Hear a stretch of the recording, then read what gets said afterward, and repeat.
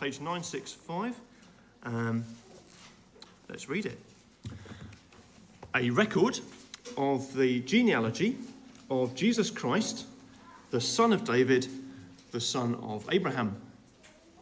Abraham was the father of Isaac, Isaac the father of Jacob, Jacob the father of Judah and his brothers, Judah the father of Perez and Zerah, whose mother was Tamar.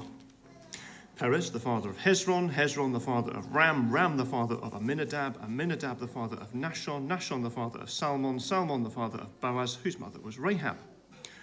Boaz, the father of Obed, whose mother was Ruth. Obed, the father of Jesse, and Jesse, the father of King David. David was the father of Solomon, whose mother had been Uriah's wife. Solomon, the father of Rehoboam, Rehoboam, the father of Abijah, Abijah, the father of Asa, Asa, the father of Jehoshaphat, Jehoshaphat, the father of Jehoram, Jehoram, the father of Uzziah, Uzziah, the father of Jotham, Jotham, the father of Ahaz, Ahaz, the father of Hezekiah, Hezekiah, the father of Manasseh, Manasseh, the father of Ammon, Ammon, the father of Josiah, and Josiah, the father of Jeconiah and his brothers at the time of the exile to Babylon. After the exile to Babylon, Jeconiah was the father of Shealtiel, Shealtiel the father of Zerubbabel, Zerubbabel the father of Abiud, Abiud the father of Eliakim, Eliakim the father of Azor, Azor the father of Zadok, Zadok the father of Achim, Achim the father of Eliad, Eliad the father of Eleazar, Eleazar the father of Mattan, Mattan the father of Jacob, and Jacob the father of Joseph, the husband of Mary, of whom was born Jesus, who is called Christ. Thus, there were 14 generations in all, from Abraham to David, 14 from David to the exile to Babylon, and 14 from the exile to the Christ. Wow. Rob has prayed for us, so let's begin. In that case, I'm going to start by trying to read your mind in two ways. So the first thing I think you're thinking is, why did Rob not read that himself? Why did he get me to read it instead? That's a mystery, isn't it? But there we go. Maybe we can work that one out. Second one, and maybe more seriously, I think you're wondering, why do we have that great big long list of names in the Bible? They were difficult to read. We want action, not long family lineages and histories, which are difficult to pronounce. And by the way, I may have pronounced half of them wrongly, but you don't know it because none of us speak the language. But there we go. Come on, the Bible is the world's best-selling book by an absolute mile. And if you were to separate them out, the New Testament and the Old Testament, well, the New Testament will have sold even more copies. We're here at the start of the New Testament. What sort of opening would you expect for the absolute best seller of the whole world for all time? You wouldn't expect a list of names like we've just read. But that's because Matthew's Gospel was not originally written for us. We benefit from reading it, but it was written for a Jewish audience of about 2,000 years ago. Okay, I'm going to ask you to imagine with me a story that goes something like this. There's a boy and a girl engaged to be married. Okay, so you're getting yourself ready for a romance story. All of us love a good romance story, don't we? Well, apart from the people who don't, I suppose, but there we go. For me, I'm an extremely romantic man, and Carolyn will definitely verify that if you ask her about it after the service. That's exactly how things are in our household. So here we go, a romance story. A boy and a girl engaged to be married. Maybe they're in their late teens, and they're doing things right. So they're not living together or sleeping together or anything like that. They're looking forward to getting married. And then something happens that just kicks all of those plans to one side. Maybe a war or something like that. And so for years and years, they write to each other. And some of those letters get through. He's fighting in the war, and so he's got serious doubts as to whether or not he will ever live to see her again. And she holds on to her commitment to him. But as the months and then the years go on, it gets harder and harder to silence the thought in the back of her mind that she might be better off just to give up and marry somebody else. So do you need tissues at this point? Maybe you need a sick bucket at this point. Take your pick. The whole Israelite nation from Abraham onwards was built on hope and promise and expectation that God would send somebody who would be their rescuer and their king, the Messiah. The king who would make everything right. He would reign like great King David all those years before had reigned, except without any of the faults that great King David had. And unlike any of the kings before him, this king, this Messiah, would rule forever.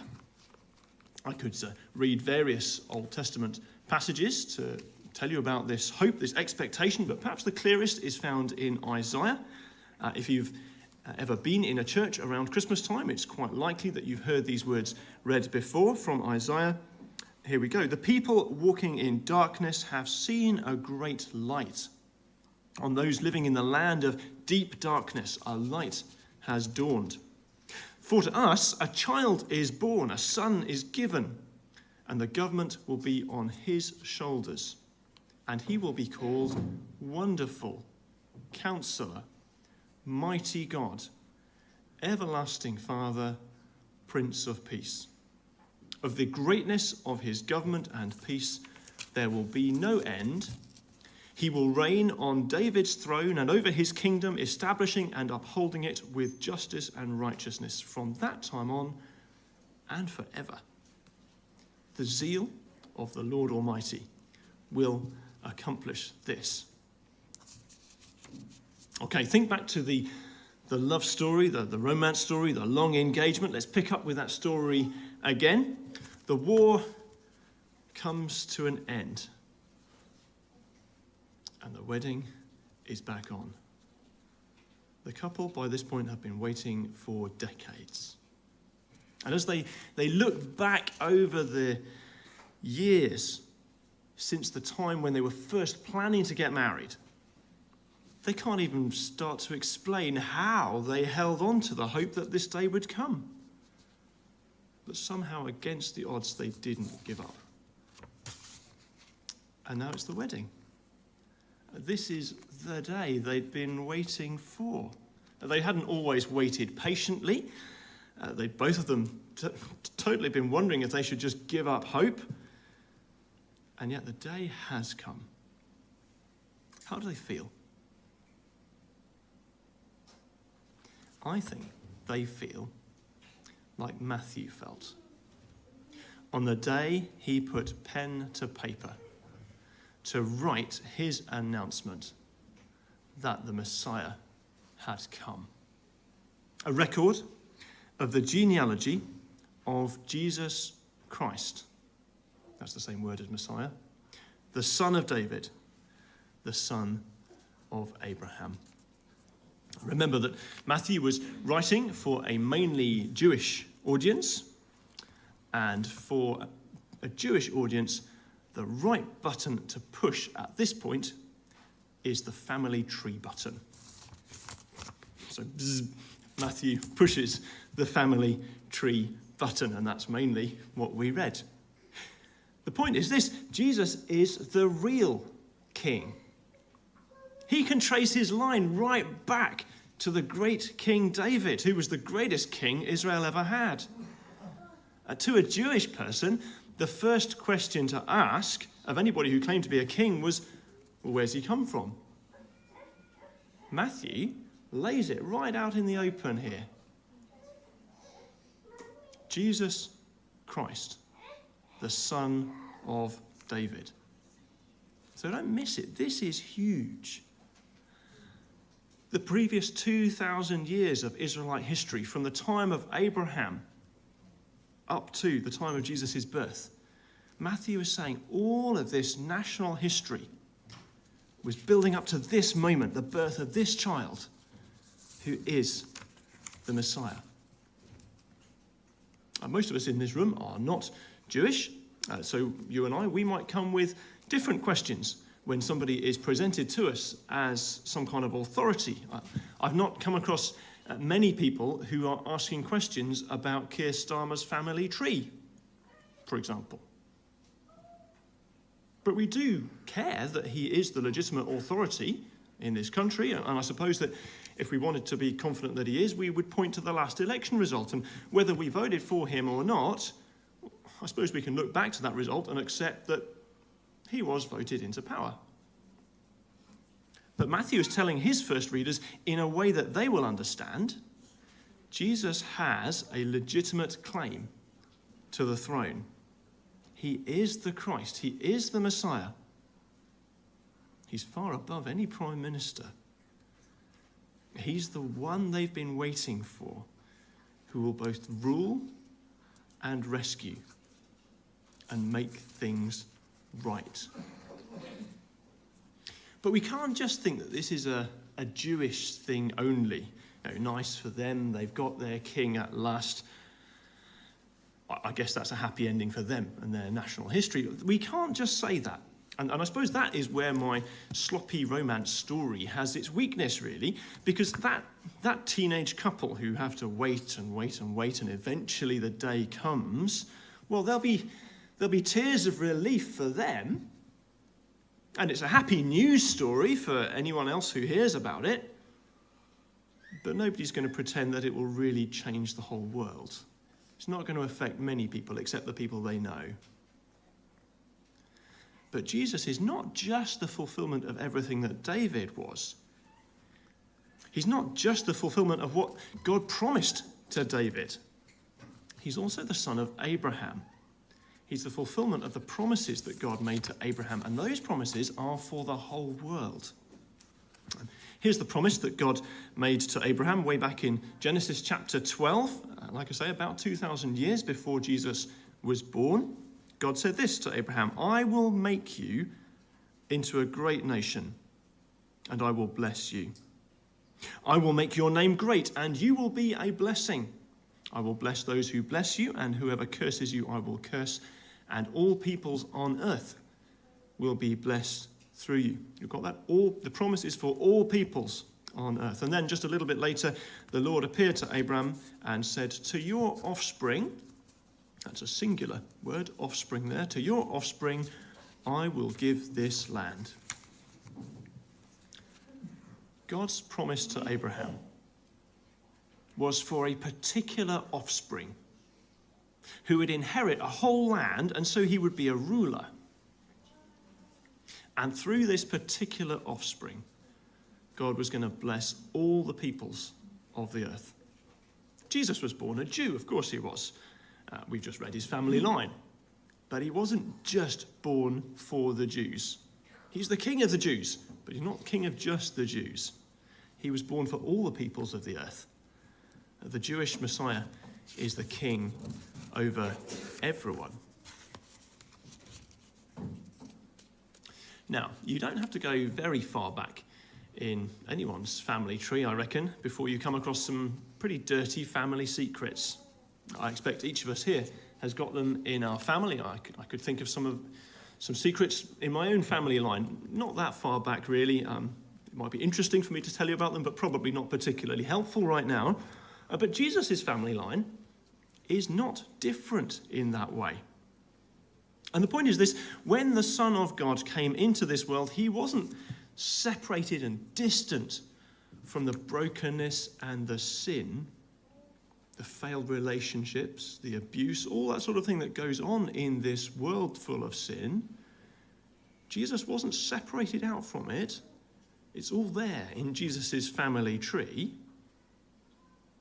And as well, I think that is one of the reasons why this family line is authentic.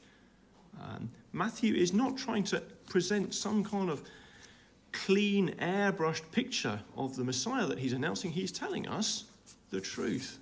If you were going to make up a family line for the Christ in order to impress a Jewish audience, you would probably include people there who had a very good pedigree, who were very good people, and you'd airbrush out the sin. Matthew doesn't do that because he's not making it up. He draws particular attention to the sin. Jesus wasn't like some kind of royalty who was separated out from the painful and the bad things. Not that royals are quite that separated, actually, but he entered into our world of sin to save us from our sin and also to save us from the punishment that we deserve because of our sin. Verse 10, for example, there's a guy called Manasseh in Jesus' family line. Manasseh sacrificed his child to a pagan god. Oh, that didn't take me very long to say it, but that's a horrific thing to do. Matthew must have been really tempted to not mention Manasseh. Did you notice the women in the list? There's a lot of fathers listed here and a lot of sons, so I guess basic biology tells us that there were quite a lot of mothers as well. But Matthew only points out 5 of them. Let's look at them in turn. There's Tamar in verse 3. She was a Canaanite woman. So for a Jewish reader, that's impure already. But then even worse than that, she never got married to Judah, who was the father of her twin boys. Judah was her father-in-law. And by mentioning Tamar, Matthew reminds his readers that there was incest in Jesus' family tree. Rahab, in verse 5, was also a Canaanite woman. Again, that's not a good start for being a good pedigree for the Messiah. But not just Canaanite, her job was to be a working girl, if you get what I mean. Matthew points her out, but he doesn't point out loads of the other, probably more respectable women. Ruth, again, in verse 5, was a Moabitess, so from the country of Moab. She was not a pure-blood Israelite.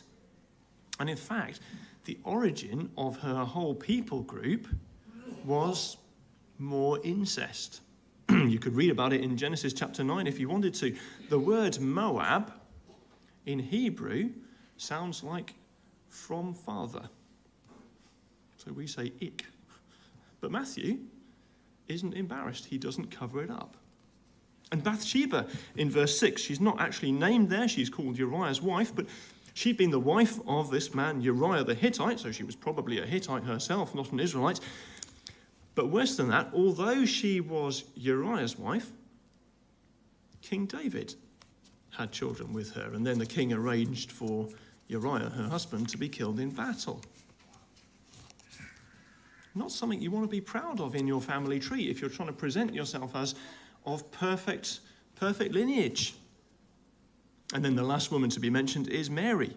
Well, Mary was married to Joseph, and Jesus was born of Mary, but Joseph was Jesus' adoptive dad, not the biological dad.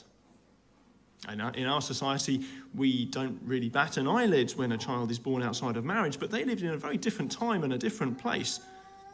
And although Mary actually did no wrong, both she and her baby would have been surrounded by suspicion.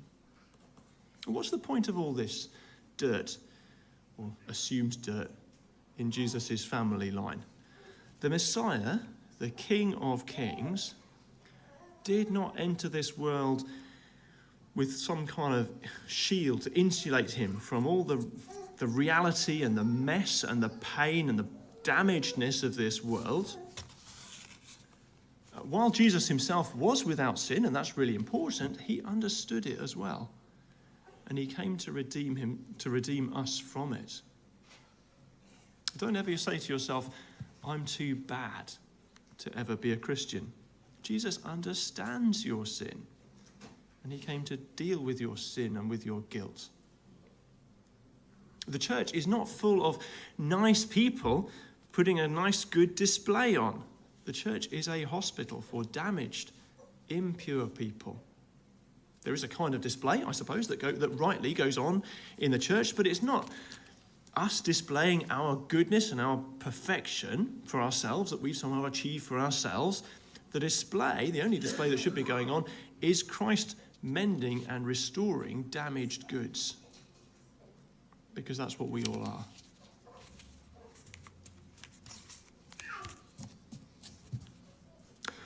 Matthew's arranged the family line into 3 groups of 14. And by the end of the family line, verse 17, he tells us what he's done to make absolutely sure that we don't miss it. So there's the period from Abraham up to David. And then there's the period from David up to the exile. And then there's the period from the beginning of the exile until the birth of Jesus. And I guess it makes sense to us why Matthew would want to emphasize Abraham. He was all about promise, God's promise to bless the whole world through Abraham's descendant. I think that makes sense. It makes sense to us why Matthew would want to emphasize David.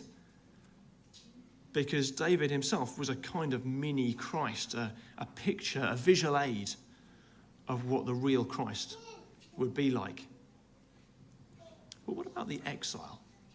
We were thinking about that quite a lot as we were looking through Zephaniah a few weeks ago, because Zephaniah was around just a few years before the exile. That was when it looked like God had given up with his people. It looked like they'd been too bad. God couldn't cope with them anymore, and he'd had them smashed by the armies of Assyria and then Babylon.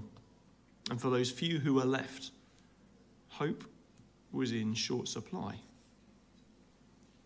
It looked like all God's promises, all his visual aids from the past, had come to nothing. I think the point of grouping Jesus' family line, like Matthew has done, is this: Jesus is the fulfillment of the promises that God made to Abraham. Jesus is the real Christ that even great King David was only a visual aid, only a picture of. And then Jesus is the end of the exile. Jesus brought God's presence and God's hope to the remnant of God's people who in most cases had just about given up hope. The exile is to us a warning of the judgment of God, but we won't ever experience it in the same way that the ancient Jews did. We can read about it, but we don't feel the same kind of, we don't feel like having all the hope sucked out of us the way it did for them.